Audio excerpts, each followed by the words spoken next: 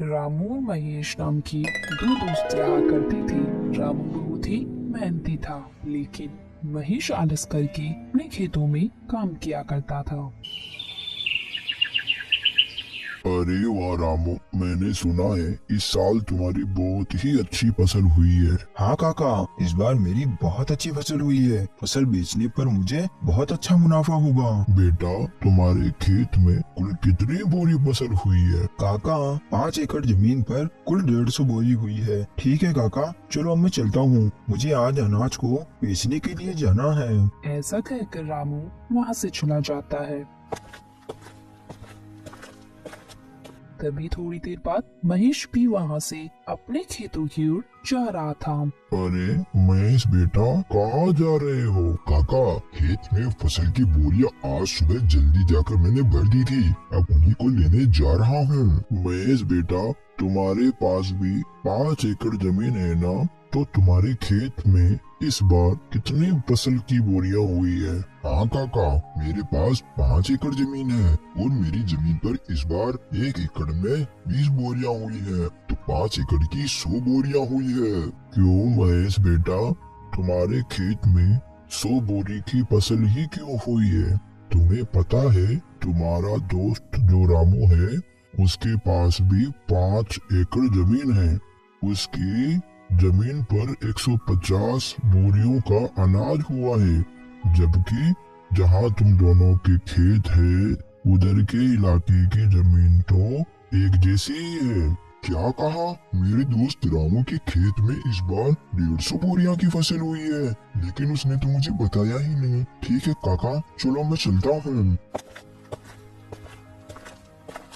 फिर शाम को महेश अपनी फसल बेचकर अपने घर लौट जाता है। घर पहुंचकर महेश फसल के बारे में सारी बात अपनी पत्नी को बताता है। मुझे पता है आपको 50 बोरियों का नुकसान क्यों हुआ है, क्योंकि आप अपने दोस्त रामू की तरह मेहनत नहीं करते, इसलिए आपको 50 बोरियों का नुकसान हुआ है। क्योंकि आपका जब मन होता है आप जब ही खेत जाते हो, और अगर ऐसा ही रहा तो कैसे चलेगा? अरे तो भाग्यवान, इसमें मेरी भी क्या गलती है? मुझसे जितना होता है मैं वो सब कर लेता हूँ। अब मुझे तुम ही बताओ, मैं इसके अलावा क्या करूँ? आज आप अपनी जमीन को बेच दो और रामू के पास वाली जमीन को खरीद लो। अगर रामू की जमीन 5 एकड़ है तो आप भी पूरी 5 एकड़ जमीन को खरीद लो, और रामू से कहो कि अब अपन दोनों पूरे 10 एकड़ जमीन पर साथ मिलकर काम करेंगे, और जो भी मुनाफा होगा दोनों बराबर बांट लेंगे। हाँ, तुम ये बात बिल्कुल सही कह रही हो। मैं कल ही रामू के पास जाकर इस बारे में बात करूँगा, और मुझे जहाँ तक पता है रामू मेरी इस बात को टालेगा नहीं। फिर अगले दिन सुबह होने पर महेश अपने दोस्त रामू के यहाँ जाता है। और भाई रामू, कैसे हो तुम? महेश भाई, मैं अच्छा हूँ, तुम बताओ, तुम सुबह सुबह यहाँ कैसे आ गए? रामू, अपन दोनों बचपन के बहुत अच्छे दोस्त हैं, तो मैं सोच रहा था कि मेरी जमीन को मैं बेच दूं और तुम्हारी जमीन के पास ही जमीन खरीद लूं, वो भी तुम्हारी जमीन के बराबर, पूरी 5 एकड़। हाँ हाँ महेश भाई, खरीद लो, ये तो बहुत ही अच्छी बात है, मुझे भी मेरा एक अच्छा पड़ोसी मिल जाएगा। लेकिन रामू, अगर तुम्हें एतराज ना हो तो अपन दोनों मिलकर तुम्हारी और मेरी जमीन पर खेती करें, क्योंकि दोनों अलग अलग मेहनत करने से अच्छा है दोनों एक जगह ही मेहनत करें। इससे अपन दोनों को अच्छा मुनाफा भी होगा। हाँ हाँ महेश भाई, मुझे इस बात से कोई एतराज नहीं है। चलो अपन सेठ मुनीराम के यहाँ चलकर जमीन को खरीदने और बेचने की बात करते हैं, क्योंकि मेरे खेत के पास की जमीन सेठ मुनीराम की है। फिर दोनों सेठ मनीराम के पास चले जाते हैं। सेठ जी, रामू के पास वाली जो जमीन आपकी है, मुझे उस जमीन को खरीदना है। तो खरीद लो, हमने कब मना किया है, लेकिन जमीन खरीदने के लिए पैसे लेकर आए हो? दरअसल सेठ जी, बात ऐसी है कि मैं अपनी 5 एकड़ जमीन बेचना चाहता हूँ और रामू के पास वाली 5 एकड़ जमीन खरीदना चाहता हूँ। तो खरीद लो, मुझे कोई दिक्कत नहीं है, लेकिन मेरी जमीन के बदले मुझे तुम्हारी जमीन और 5,000 रुपए चाहिए। लेकिन सेठ जी, मेरी जमीन भी तो 5 एकड़ की है और आपकी जमीन भी तो 5 एकड़ की है, तो फिर आप मुझसे 5,000 रुपए और क्यों मांग रहे हो? देखो भाई महेश, जमीन की समय के हिसाब से कीमत होती है। अगर तुम्हें लेनी है तो 5,000 रुपए दे दो, वरना कोई बात नहीं। ठीक है सेठ जी, चलो आप 5,000 रुपए और ले लेना, लेकिन आपकी वो जमीन मुझे दे दो। फिर महेश सेठ मनीराम से उसकी जमीन खरीद लेता है। फिर ऐसे ही कुछ दिन बीतने के बाद सुनो भाई महेश, हमें कल से खेतों में हल चलाना होगा, इसलिए कल सुबह तुम तैयार रहना खेत जाने के लिए। अरे यार, हल चलाने में तो बहुत मेहनत लगती है। पेड़ के साथ साथ पूरे खेत में चलना पड़ता है। मुझे इस काम से बचने के लिए कोई ना कोई बहाना तो बनाना ही पड़ेगा। अरे सुनो भाई रामू, आज मेरी पत्नी के पिताजी का देहांत हो गया है और मुझे 12 दिन के लिए उनके वहाँ जाना पड़ेगा, और अगर मैं वहाँ नहीं गया तो अच्छा नहीं लगेगा। हाँ महेश भाई, ये बात तो सही है, वो तुम्हारे पिता समान है, तो तुम वहाँ चले जाना। तुम्हारे हिस्से का काम भी मैं ही कर लूंगा, तुम बेफिक्र होके चले जाओ। मुझे तो ऐसा लग रहा था कि तुम इस बात के लिए बिल्कुल नहीं मानोगे। तुम सच में मेरे बहुत अच्छे दोस्त हो। मैं 12 दिन बाद वापस आकर तुम्हारे साथ खेत में बहुत मेहनत करूंगा। फिर थोड़ी देर बाद महेश अपनी पत्नी के साथ उसके ससुराल चला जाता है। और इस बात से रामू बहुत परेशान हो जाता है। सुनो जी, आप इतने परेशान क्यों नजर आ रहे हो? क्या हुआ, क्या बात है? अरे कुछ नहीं, महेश अपनी पत्नी के साथ उसके मायके गया है और खेत में बहुत काम पड़ा है। अरे तो आप परेशान मत होइए, वो जब तक नहीं आते मैं आपके साथ खेत में काम करवा दूंगी। फिर अगले ही दिन से रामू अपनी पत्नी राखी के साथ मिलकर खेतों में हल चलाने का काम शुरू कर देता है। फिर कुछ दिन बीतने के बाद रामू महेश के यहाँ जाता है। सुनो भाई महेश, बारिश के दिन चालू हो गए हैं और थोड़ी थोड़ी बारिश भी आने लगी है, तो मैं सोच रहा हूँ अपन दोनों मिलकर बारिश के पानी के जाने के लिए रास्ता बना दें। अगर अपन पानी के जाने के लिए रास्ता बना देंगे तो अपने खेत में बारिश का पानी एक जगह जमा नहीं होगा।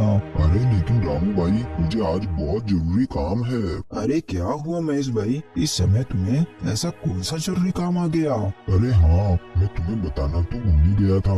मुझे तुम्हारी भाभी को लेकर शहर में डॉक्टर के यहाँ जाना है, क्योंकि 2-3 दिन से तुम्हारी भाभी की तबीयत बहुत खराब चल रही है। ठीक है महेश, तुम चले जाना, मैं यहाँ का सारा कामकाज देख लूंगा। फिर महेश अपने मन में सोचता है, अरे वाह, ये तो मेरी इतनी जल्दी ही बात मान गया। मेरे हिस्से का काम भी करने के लिए तैयार हो गया। दोनों मिलकर खेती बाड़ी करेंगे। ये तरकीब मेरी बिल्कुल सही रही, नहीं तो मुझे अकेले ही खेत में इतना सारा काम करना पड़ता। क्या सोच रहे हो महेश भाई, तुम चिंता मत करो, मैंने कहा ना मैं यहाँ का सारा कामकाज देख लूंगा। तुम निश्चिंत होके भाभी को डॉक्टर को दिखा लाओ। वही तो मैं सोच रहा हूँ कि सारे कामकाज तुम्हारे ऊपर छोड़कर शहर जाना मुझे बिल्कुल अच्छा नहीं लग रहा, मगर क्या करूँ, जाना तो पड़ेगा ही। फिर महेश अपनी पत्नी को लेकर शहर चला जाता है और दूसरी ओर रामू बारिश में भीगता हुआ अपने खेत में बारिश के पानी को जाने के लिए रास्ता बनाने लगता है।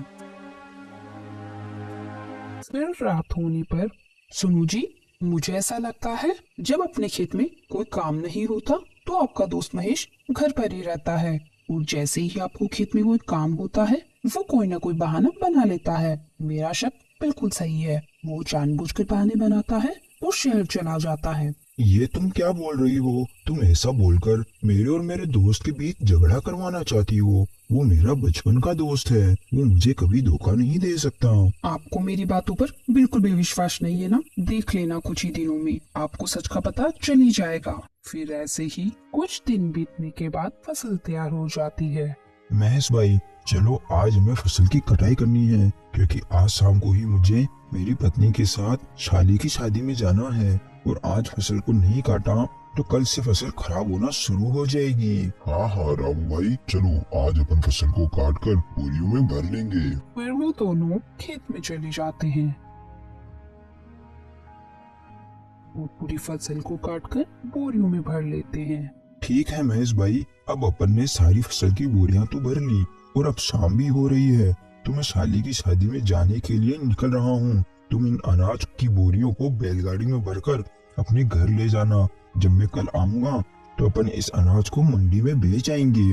अरे भाई तुम चिंता मत करो, जब मुझे काम था तो सारा काम तुमने अकेले ही किया था, और अब तुम्हें काम है तो मैं सारा काम अकेले ही कर लूंगा। तुम इस बात की बिल्कुल भी चिंता मत करो, मैं इन बोरियों को बैलगाड़ी में भरकर घर ले जाऊंगा। फिर महेश सारी फसल को बैलगाड़ी में भरकर घर ले आता है। सारी फसल को यहाँ क्यों लेकर आए हो? मंडी में बेचकर क्यों नहीं आए? वो क्या है ना, रामू उसकी शादी में गया है और वो कल सुबह तक लौटेगा। उसके आने के बाद ही हम इन बोरियों को मंडी में बेच आएंगे। चलो ये तो अच्छा है कि सारी बोरियां आप यहाँ लेकर आए हो। मेरे पास एक तरकीब है। बताओ बताओ क्या तरकीब है, और यहाँ फसल को लाना क्यों सही है? देखिए आपका दोस्त कल सुबह तक नहीं आने वाला, और इतने में अपन इन सारी बोरियों को अपने घर के पीछे वाले कमरे में रख दे तो सारी फसल का पैसा केवल अपना होगा। हाँ ये बात तो तुम बिल्कुल सही कह रही हो, लेकिन अपन रामू को क्या बोलेंगे कि सारी फसल कहाँ गई? अरे इस बात की आप चिंता मत करो। कल सुबह जब आपका दोस्त फसल लेने के लिए आएगा तो बोल देना कि सारी बोरियां घर के बाहर ही रखी थी, वो पता नहीं यहाँ से कौन चुरा कर ले गया। बस इतना ही बोल देना। इसमें आपका दोस्त क्या ही कर पाएगा, वो कुछ नहीं बोलेगा। अरे वाह भाग्यवान, तुम कितनी अक्लमंद हो, तुम्हारा कितना दिमाग चलता है। मैं तो केवल खेत में काम करने से ही बच रहा था, और तुमने तो सारी फसल को ही अपना बना लिया। वाह भाग्यवान वाह। आप इस काम में बिल्कुल भी देरी मत कीजिए। आप सारी बोरियों को बैलगाड़ी से उतारकर घर के बाहर ही रख दीजिए, ताकि गांव वाले भी देख सके कि बोरियां आपने घर के बाहर रखी है। फिर रात होने पर अपन दोनों मिलकर बोरियों को छुपा देंगे। फिर रात होने पर दोनों पति पत्नी मिलकर सारी बोरियों को घर के पीछे वाले कमरे में छुपा देते हैं। फिर अगले दिन सुबह होने पर रामू महेश की यहाँ आता है। अरे महेश भाई, तुमने सारी बोरियां कहाँ पर रखी है? चलो आज अपन उनको मंडी में बेच आते हैं। हाँ हाँ रामू भाई चलो। फिर वो दोनों घर के बाहर जाते हैं। अरे बाप रे, मैंने अनाज की सारी बोरियां तो यही रखी थी, कहाँ गई बोरियां? अरे महेश भाई, तुम ये क्या बोल रहे हो? कहाँ पर है सारी बोरियां? मुझे नहीं पता, मैंने सारी बोरियां कल शाम को यहीं लाकर रखी थी। मैंने सोचा था कि यहीं से सारी बोरियां उठाकर अपन मंडी में बेच आएंगे, लेकिन अब क्या करेंगे, अपनी सारी बोरियां तो चोरी हो गई। क्या अपनी सारी अनाज की बोरियां चोरी हो गई? हाँ ये चोरों का ही काम है, नहीं तो यहाँ पर रखी हुई बोरियां भला कौन लेकर जाएगा? महेश भाई, तुमने ये क्या किया? पूरे 6 महीने की मेहनत को तुमने चोरों के हाथों में सौंप दिया। मुझे तुमसे ये उम्मीद नहीं थी। अरे रामू भाई, ये तुम क्या बोल रहे हो? तुम तो ऐसे बोल रहे हो जैसे उस फसल में तुम्हारे अकेले का ही हिस्सा था, और मैंने चोरों को जानबूझकर वो बोरियां जिसे हाथ में दे दी हो। उस फसल में मेरा भी तो हिस्सा था, नुकसान मेरा भी तो हुआ है। हाँ ये बात भी बिल्कुल सही है, चोर अपन दोनों का ही हिस्सा लेकर गए हैं। अपन दोनों को ही बहुत बड़ा भारी नुकसान हुआ है। चलो ठीक है, अब मैं अपने घर चलता हूँ। ऐसा कहकर रामू वहाँ से अपने घर चला जाता है। वो जाकर चुपचाप बैठ जाता है। क्या हुआ जी, आप इतने उदास क्यों नजर आ रहे हो? क्या बताऊँ मैं तुम्हें? फिर रामू अपनी पत्नी को सारी बात बता देता है। अरे तो कोई बात नहीं, आप चिंता मत कीजिए, अभी खेत में काम करने के लिए काफी समय है। जब तक आप अपने घर के बाहर वाले आंगन में सब्जियां लगाकर उन्हें बेचने का काम चालू कर दो। हाँ तुम ये बात बिल्कुल सही कह रही हो। मैं कब तक ऐसे ही हाथ पे हाथ धरा बैठा रहूंगा? घर बैठे रहने से कौन सा मुझे बैठे बैठे पैसा मिल जाएगा। फिर रामू सब्जियां लगाने के लिए अपने घर के बाहर के आंगन में खुदाई करने लगता है। तभी खुदाई करते करते उसे एक मटका दिखाई देता है।